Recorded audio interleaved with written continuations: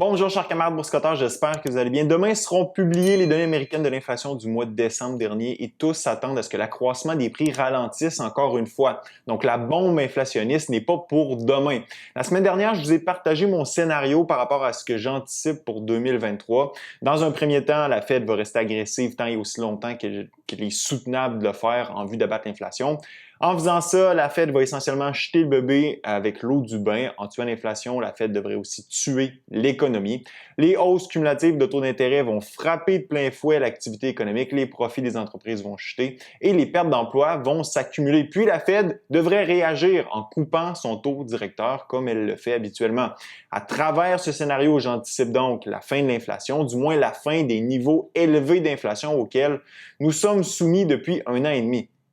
La question qui vient par la suite, c'est souvent, il se passe quoi après? Dans 6 à 18 mois, les cerisiers vont-ils fleurir et les oiseaux se remettre à chanter? Autrement dit, est-ce que ça va être le retour à la normale, soit à la période pré-pandémique, une inflation faible sous les 2%, une croissance économique stable et un marché boursier qui grimpe jour après jour? Honnêtement, je n'ai pas de réponse à cette question pour l'instant. Par contre, certains commencent à partager déjà leur propre scénario, dont Michael Burry, pour ceux qui ne le connaissent pas. C'est le mec qui a shorté le marché immobilier américain durant la crise de 2008 et qui est joué par Christian Bale dans le film The Big Short.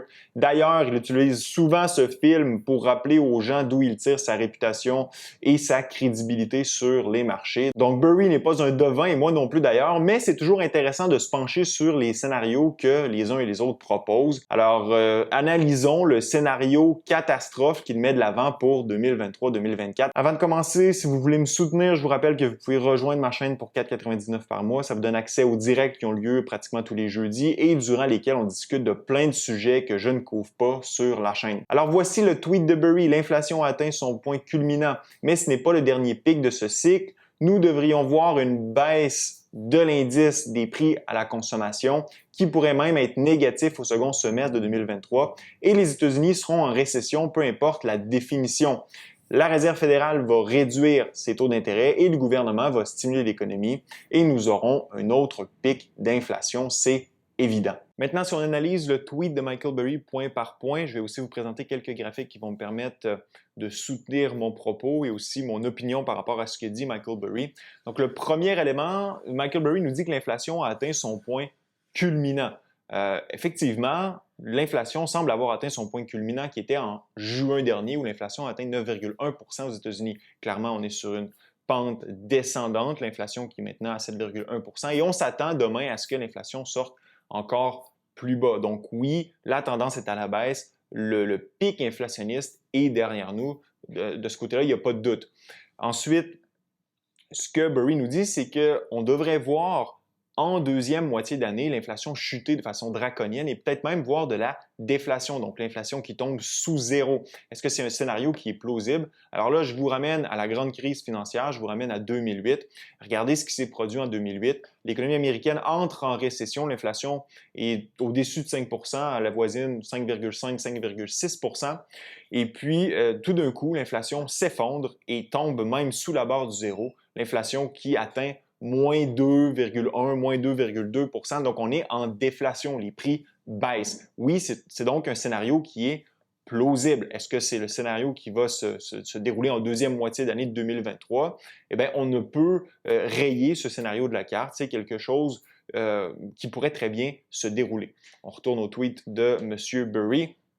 Ensuite, Burry nous dit que, étant donné que l'inflation va s'effondrer, qu'on va tomber en déflation, la Réserve fédérale américaine va réduire ses taux d'intérêt, son taux directeur, et le gouvernement va stimuler l'économie. Et là, on aura un autre pic inflationniste. Autrement dit, on est présentement dans la première vague d'une série de vagues inflationnistes, et pour lui, ça semble évident.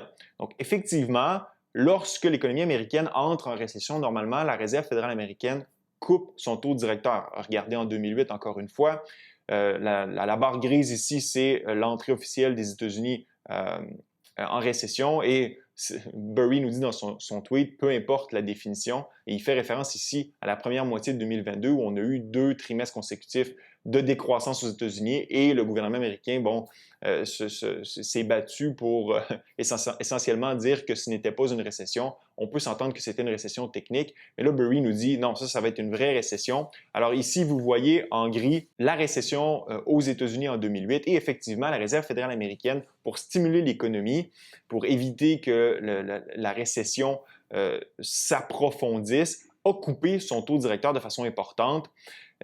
Donc, elle a stimulé l'économie. Maintenant, le gouvernement, lui aussi, a réagi en 2008 et je vous présente un peu ce que le gouvernement a fait. Eh bien, vous voyez ici le gouvernement en vert qui a augmenté son déficit pour stimuler l'économie. Le scénario que Burry présente, c'est essentiellement le scénario des années 70. Vous voyez ici, au début des années 70, l'économie américaine entre en récession, l'inflation est au-dessus de 5 %, la Réserve fédérale américaine répond en augmentant son taux directeur, puis à l'entrée de la récession, coupe son taux directeur. Le gouvernement américain, lui, stimule l'économie. Vous voyez le déficit qui augmente par rapport au PIB américain. Et puis, il y a une deuxième vague inflationniste qui débute quelques années plus tard. L'inflation reprend de plus belle. La Réserve fédérale américaine augmente de nouveau son taux directeur pour combattre l'inflation. L'économie américaine entre de nouveau en récession et puis là, le gouvernement américain stimule encore l'économie. Vous voyez les déficits qui se creusent encore plus, près de 4 % du PIB américain. À l'époque, c'était quelque chose qui était assez important. Puis vient la troisième vague inflationniste au cours des années 80. Ça prend 2 récessions pour finalement en venir à bout. Et puis là, le gouvernement stimule l'économie pour finalement essayer de sortir l'économie américaine de ces 2 récessions consécutives. Mais la Réserve fédérale américaine est beaucoup plus patiente, conserve son taux directeur élevé de beaucoup plus longtemps, au-dessus du niveau d'inflation, ce qui finit par mettre un terme à ce cycle inflationniste qui s'est déroulé en 3 temps. Maintenant, est-ce que lorsque la Réserve fédérale américaine stimule en coupant son taux directeur et que le gouvernement stimule en augmentant ses déficits, ça va nécessairement créer de l'inflation? Pas nécessairement. Donc, on retourne en 2008, regardez ce qui s'est produit. La Réserve fédérale américaine ramène son taux directeur à 0. Le gouvernement américain, lui, augmente son déficit jusqu'à pratiquement 10 % du PIB. Et regardez, en 2010, 2011, 2012, on n'a pas eu de vague inflationniste. Donc, on n'a pas eu de deuxième vague inflationniste, un peu à la manière dont le présente Michael Burry dans son tweet. Regardez ce qui s'est produit en 2020, c'est plus près de nous. Alors là, on entre en récession, bien évidemment, en raison de la pandémie.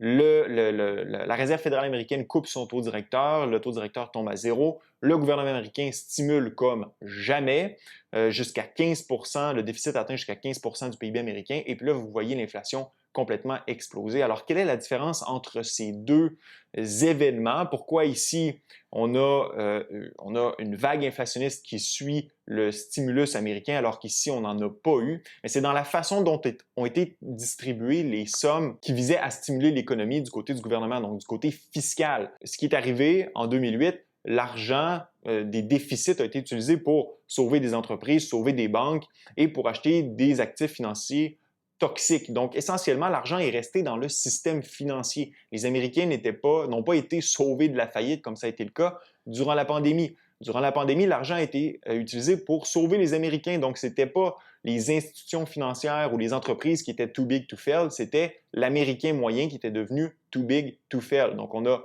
rempli les comptes de banque des Américains et avec le prochain graphique, vous allez comprendre ce qui s'est passé en 2020 par rapport à 2008.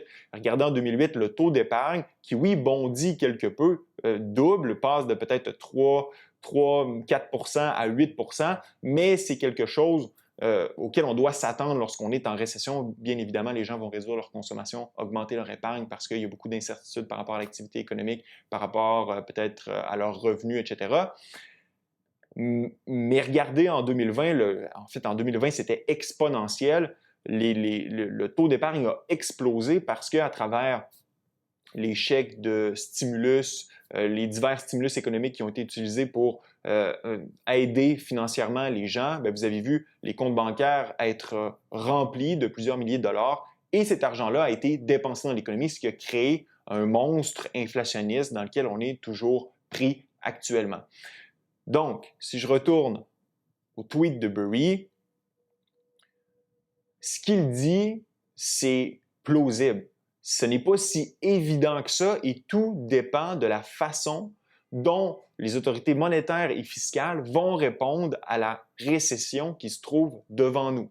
Effectivement, si les autorités répondent de la même façon qu'ils ont répondu à la dernière récession, donc à la pandémie, oui, c'est fort possible qu'on est dans une première vague d'une série de vagues inflationnistes. Mais si ils répondent seulement en stimulant le système financier, donc l'argent reste captif à l'intérieur du système financier sans atteindre les comptes bancaires des Américains, eh bien là, c'est fort possible qu'on n'ait pas de deuxième vague inflationniste. Donc, tout dépend de la façon dont vont répondre les autorités fiscales et monétaires lors de la prochaine récession. Maintenant, ce que je veux savoir, c'est ce que vous pensez du tweet de Michael Burry dans la zone commentaire. Ce fut un plaisir d'être avec vous. À la prochaine.